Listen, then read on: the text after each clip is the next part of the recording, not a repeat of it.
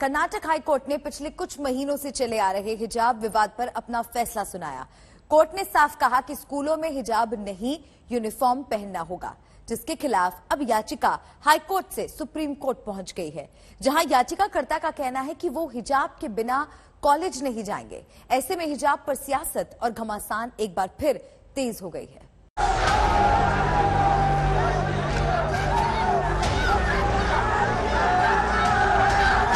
अल्लाह अकबर की नारेबाजी करने वाली मुस्कान को भी आज करारा झटका लगा होगा, जिसने हिजाब का समर्थन किया था। उन सभी के लिए कर्नाटक हाईकोर्ट का फैसला एक बड़ा झटका है, जो स्कूलों में यूनिफॉर्म से कहीं ज्यादा हिजाब पहनने की आजादी की हिमायत कर रहे थे। कर्नाटक हाईकोर्ट ने हिजाब का समर्थन और स्कूल यूनिफॉर्म को चुनौती देने वाली तमाम याचिकाओं को खारिज कर दिया।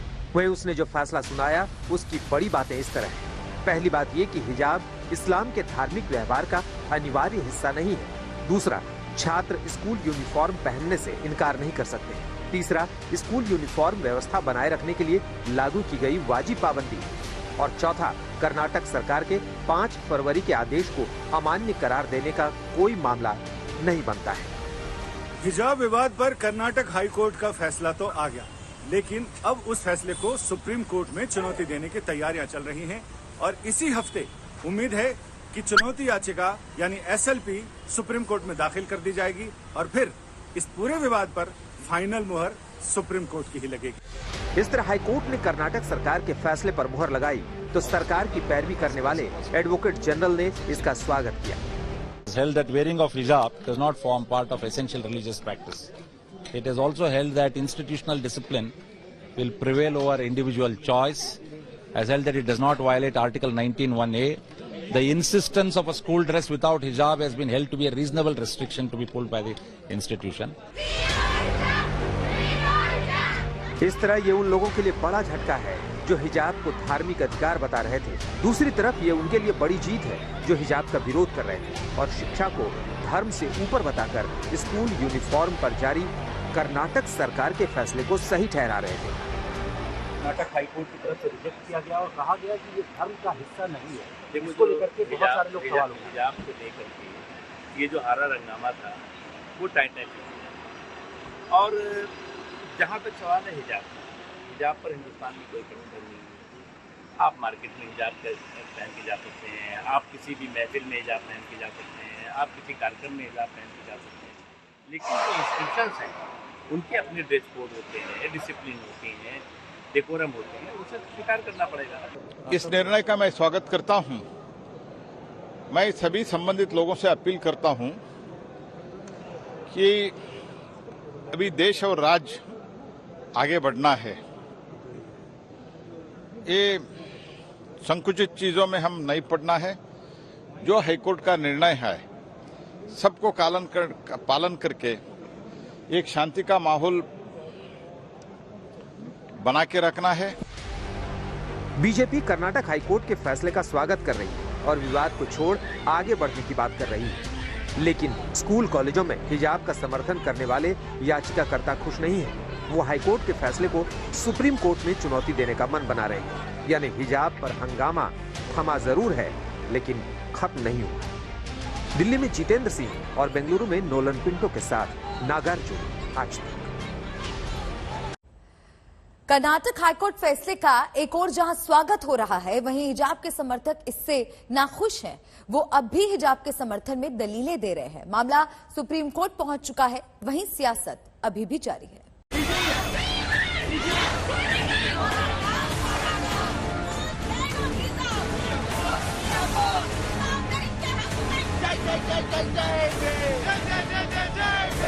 स्कूलों में हिजाब पहनने का समर्थन करने वालों को कर्नाटक हाईकोर्ट के फैसले से झटका लगा तो उन्होंने असंतोष की आवाज बुलंद कर दी। कर्नाटक के पड़ोसी राज्य तमिलनाडु में न्यू कॉलेज के छात्रों ने न्याय की मांग करते हुए नारे लगाए।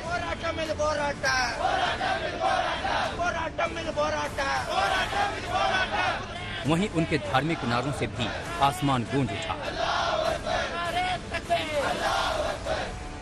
दूसरी तरफ फैसला आते ही कर्नाटक के यादगिरी में इम्तिहान देने वाली छात्राएं उल्टे पैर घर लौटती नजर आई।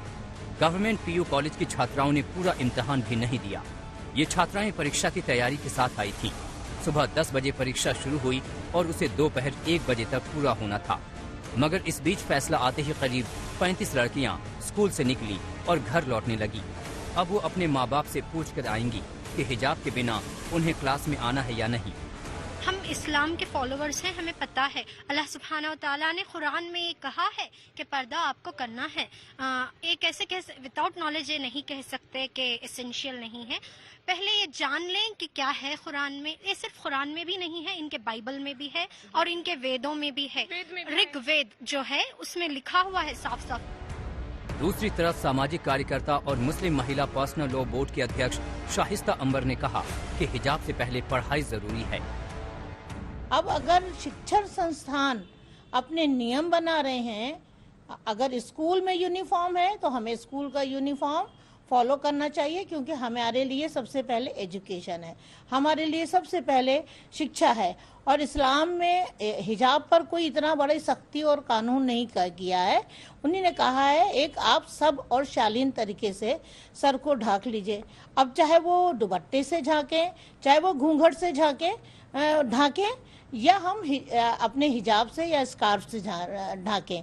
अगर हमारे स्कूल के यूनिफॉर्म में अगर इस तरह की ड्रेस है और किसी चीज़ को मना किया गया है तो हम सब भी शालीन ड्रेस पहन करके स्कूल के यूनिफॉर्म को फॉलो करें, स्कूल के रूल को फॉलो करें। और सुप्रीम कोर्ट में अगर ये आदेश हो गया है तो हम स्वागत करते हैं। मगर हिजाब के समर्थक ओवैसी जैसे सियासतदान कर्नाटक हाईकोर्ट के फैसले से इत्तेफाक नहीं रखते। एसेंशियलिटी का जो टेस्ट है वो कोर्ट कैसे तय करेगा, तो इसीलिए इसको अपील करने की जरूरत है। और सुप्रीम कोर्ट में वहाँ ऑलरेडी सुप्रीम कोर्ट साबरीमाला के केस को सुन रही है कि वो प्रैक्टिस एसेंशियल है या नहीं है। और हेड स्कार्फ को बैन करने का मतलब ये है कि वो उन मुस्लिम लड़कियों को उनके बिलीफ को हर्ट करता है। और ये कहा जा रहा है कि आप या तो अपने रिलीजन पर चलिए या एजुकेशन को छोड़ दीजिए। हमारा मानना यह है कि एजुकेशन जारी रहेगा हमारे बिलीफ के साथ। और हिजाब पहनने से देखिए सरकार इंटरवीन कब कर सकती है, जब मेरा एक्शन जो है वो किसी को हर्ट कर रहा है, हार्म कर रहा है, तो किसी को हार्म नहीं हो रहा है। कर्नाटक हाईकोर्ट के फैसले से असहमति जताने वालों में महबूबा मुफ्ती और जम्मू कश्मीर में उनके विरोधी उमर अब्दुल्ला भी शामिल हैं। महबूबा मुफ्ती ने लिखा, हिजाब प्रतिबंध को बरकरार रखने का कर्नाटक हाईकोर्ट का फैसला बेहद निराशाजनक है। एक तरफ हम महिलाओं के सशक्तिकरण की बात करते हैं और दूसरी ओर हम उन्हें चुनने के अधिकार से वंचित कर रहे हैं। ये सिर्फ धर्म का नहीं बल्कि चुनने की स्वतंत्रता का मुद्दा है। वहीं उमर अब्दुल्ला ने लिखा, कर्नाटक हाईकोर्ट के फैसले से बेहद निराश हूँ। आप हिजाब के बारे में क्या सोच सकते हैं? ये सिर्फ कपड़ों के बारे में नहीं है, ये एक महिला के अधिकार के बारे में है कि वो कैसे कपड़े पहनना चाहती है। अदालत ने इस मूल अधिकार को बरकरार नहीं रखा, ये एक मजाक है। मगर बीजेपी को लगता है कि ये मुस्लिम महिलाओं के हित में है और विरोधियों को बीजेपी की ओर मुस्लिम महिलाओं का रुझान हजम नहीं हो रहा है। यूनिफॉर्म का अर्थ है मतलब एक जैसी फॉर्म। स्कूल में जाति बिरादरी, अमीर गरीब, भाषा, पंथ, इसका कोई डिमार्केशन ना हो, इसीलिए स्कूलों में यूनिफॉर्म चली है। सब लोग समान भाव से रहें। अब उसमें भी अगर चिन्हित करना चाहेंगे लोग, अलग करना चाहेंगे, ये गलत है।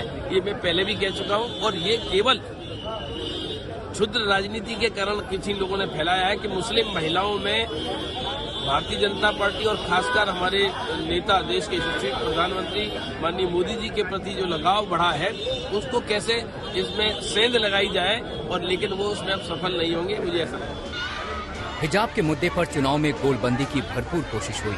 हालांकि यूपी समेत 4 राज्यों का नतीजा ये साफ करता है कि इसे भुनाने की कोशिश नाकाम रही। मगर हिजाब पर सियासत अब भी जारी है।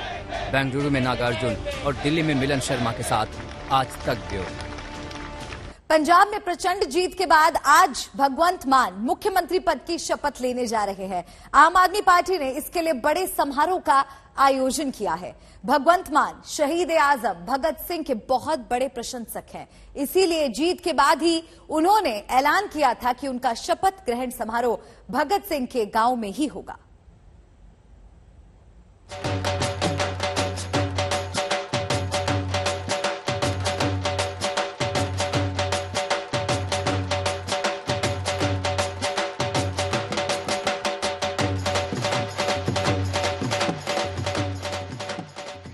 ये तैयारी है पंजाब में नई सरकार के आने की।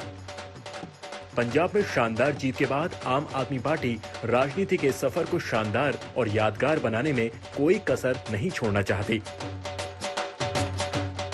आज बसंती रंग में रंग गया है शहीद भगत सिंह का गांव।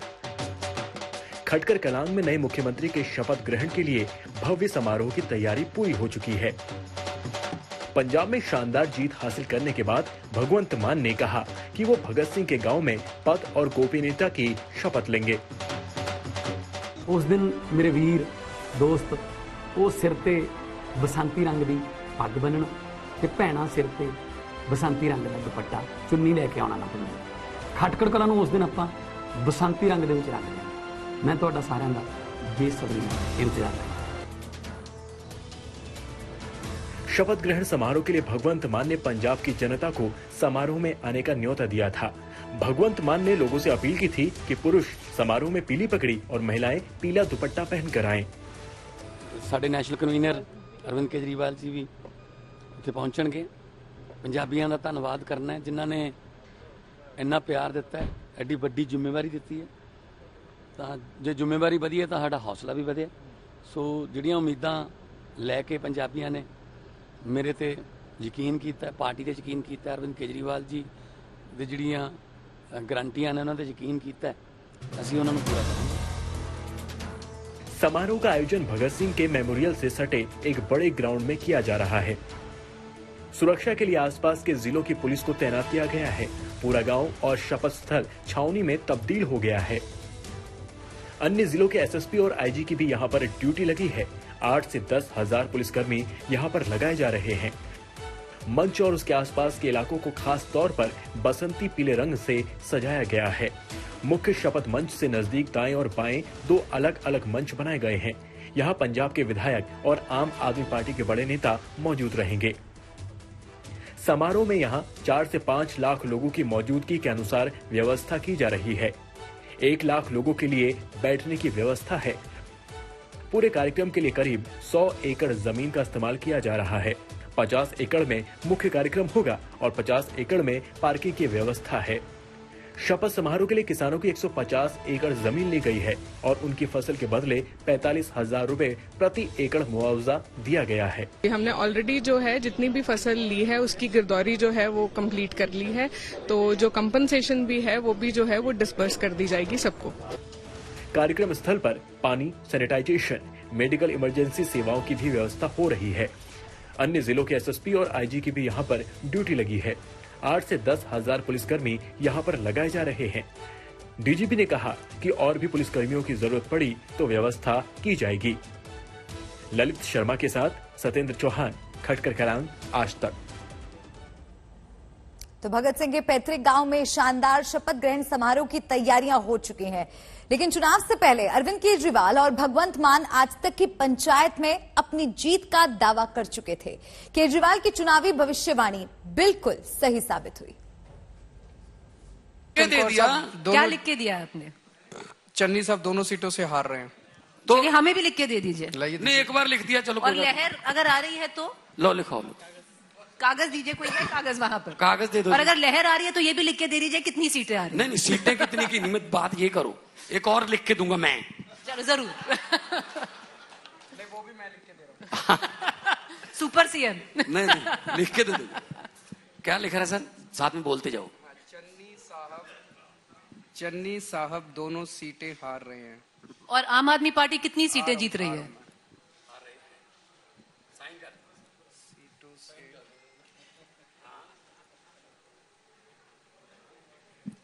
अच्छा, एक और चीज है, कल चन्नी साहब ने कहा था कि भगवंत मान जी धुरी से कितने वोटों से आ रहे हैं? 20,000 कह रहे थे। आज मैं अभी धुरी होके आ रहा हूँ, धुरी से सीधा आपके प्रोग्राम में आ रहा हूँ। कम से कम 51,000 वोटों से भगवंत मान जीतेंगे, ये भी लिख के दे रहे हैं।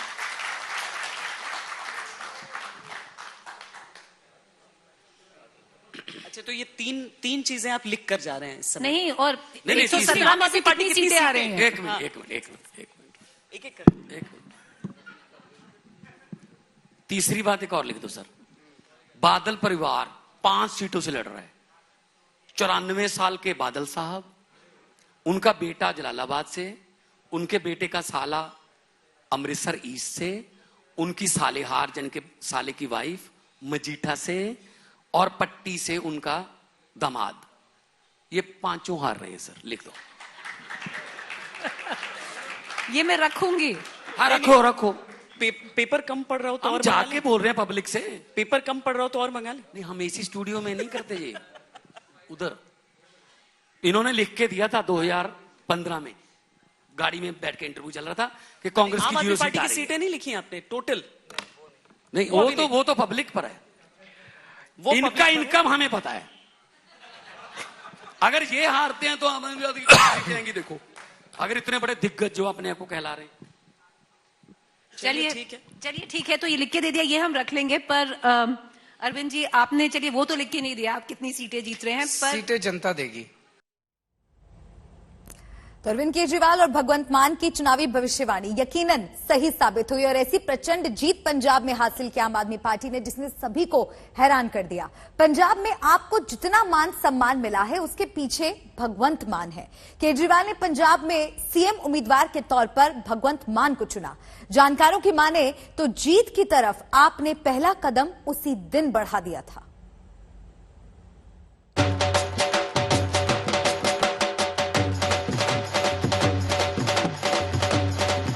ਅੱਜ ਤੋਂ ਬਾਅਦ ਪੰਜਾਬ ਪਿੰਡਾਂ 'ਚੋਂ ਚੱਲੂਗਾ, ਵਾਰਡਾਂ 'ਚੋਂ ਚੱਲੂਗਾ, ਮੁਹੱਲਿਆਂ 'ਚੋਂ ਚੱਲੂਗਾ।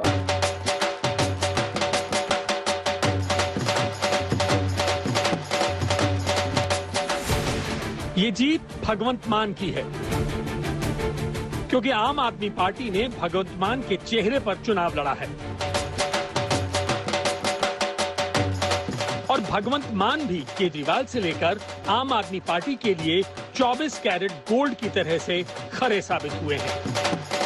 पहला पंजाब मोती महलों चो चलदा सी, सिस्मा वाले महलों चो चलदा सी, बड़े बड़े दरवाजे, बहुत उच्चियां उच्चियां कंधां वाले घरां चो चलदा सी। पर अज तो बाद पंजाब पिंडां चो चलूगा, वार्डां चो चलूगा, मोहल्लियां चो चलूगा। पंजाब की धुरी सीट से भगवंत मान ने 45,000 वोटों से जीत दर्ज की है। सियासत की समझ रखने वाले लोगों को मानना है कि अगर 2017 के विधानसभा चुनाव में भगवंत मान को सीएम फेज घोषित कर दिया जाता तो आज राजनीति के कुछ अलग मायने होते। कॉमेडी करने वाले भगवंत मान कभी जुगनू कैरेक्टर से राजनीति पर खूब व्यंग करते थे। बाद में उनका रुझान राजनीति में हो गया। हालांकि मान अपना पहला ही विधानसभा चुनाव हार गए थे। मान ने 2014 में आम आदमी पार्टी की सदस्यता ग्रहण कर ली थी। उन्हें लोकसभा का टिकट मिल गया। तब उन्होंने संगरूर संसदीय सीट से अकाली दल के दिग्गज नेता सुखदेव सिंह ढींढसा को 2 लाख वोट से हरा दिया था। 2019 में वो दोबारा सांसद चुने गए। इस बार आम आदमी पार्टी ने पहले वाली गलती नहीं की। समय रहते भगवंत मान को सीएम फेज घोषित कर दिया। अगले सीएम और आम आदमी पार्टी का सीएम चेहरा औपचारिक रूप से सरदार भगवंत मान को डिक्लेयर करते हुए मुझे भगवंत मान को धुरी विधानसभा सीट से टिकट दिया गया। भगवंत मान के सामने कांग्रेस के दलबीर सिंह गोल्डी, बीजेपी के रणदीप सिंह, अकाली दल ने प्रकाश चंद गर्ग को अपना उम्मीदवार बनाया था। लेकिन भगवंत मान के सामने सबके सब धराशायी हो गए। मुख्यमंत्री के चेहरे पर भगवंत मान जी को जब सामने किया गया तो आपने देखा होगा जबरदस्त उत्साह पंजाब के लोगों में दिखा। 8 साल की भगवंत मान की जो ईमानदारी की राजनीति एक सांसद के तौर पे रही है, उस पर लोगों ने अपना प्यार और समर्थन दिया। कार्यकर्ताओं का 5 साल पिछले चुनाव के बाद लगातार मेहनत रही, विधायकों की मेहनत रही, सारी लीडरशिप ने वहां पर काम किया। केजरीवाल जी ने रैलियां, सभाएं, कार्यक्रम वहां लगातार जाकर किया। पंजाब के मतदाता आम आदमी पार्टी से ज्यादा भगवंत मान को पसंद कर रहे थे। वो मान को बदलाव का प्रतीक मानते हैं। उनका मानना है कि पंजाब की राजनीति में अगर कोई बदलाव लाएगा तो वो है भगवंत मान। संगरूर से कमलजीत सिंह संधू और चंडीगढ़ से सत्येंद्र चौहान के साथ पंकज जैन, दिल्ली, आज तक।